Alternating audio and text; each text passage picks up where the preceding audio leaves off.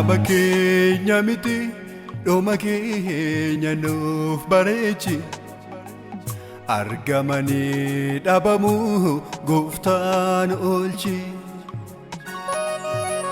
Jalqaba keenya miti dhuma keenya nuuf bareechi mul'atanii dhokachuu gooftaan oolchi.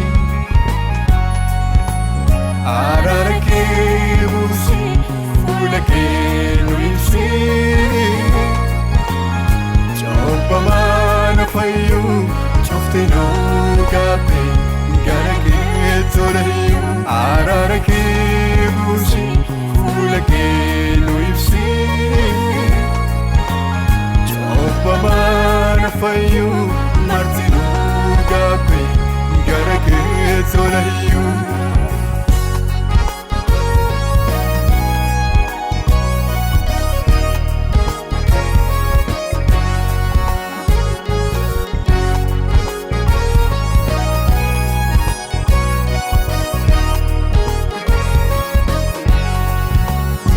Karaa keerraa ceene deebsa dogoggorree waliif yaaduu dhiisne fayyaa walii cirree qooda wal gorsinu baay'ee wal amannee Oromoo haa kan buusu beekaa hedduu dhabnee. Maaloo Kiristoos nu maa'ee balaa akka tasaa nu baraaree. Maaloo Yesuus nu maa'ee balaa akka tasaa nu baraaree.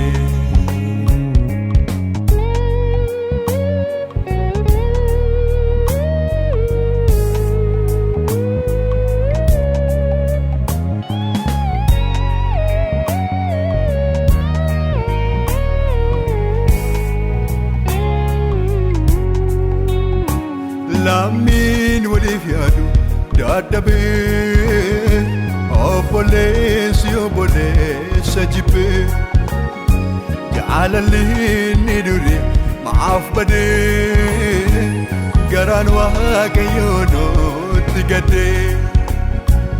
Lammiin waliif yaadu dadhabee obboleessi obboleessa jibbee jaalalli inni duri maaf badee garaan Waaqayyoo nutti gaddee.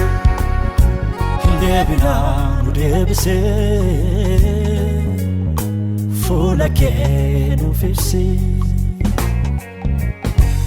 Deebinaa nu deebisee fuula kee nuuf ibsi. Waaqayyoo jaalala jaalala maaf dhabnee walii yaaduuf walii gadduu gaddamee jibbaafamidha maaliif haguugamne. Waaqayyoo jaalala jaalala maaf dhabnee walii yaaduuf walii gadduu gaddamee jibbaafamidha maaliif haguugamne. Deebinaa nu deebisee fuula kee nuuf ibsi. Deebinaa nu deebisee fuula kee nuuf ibsi.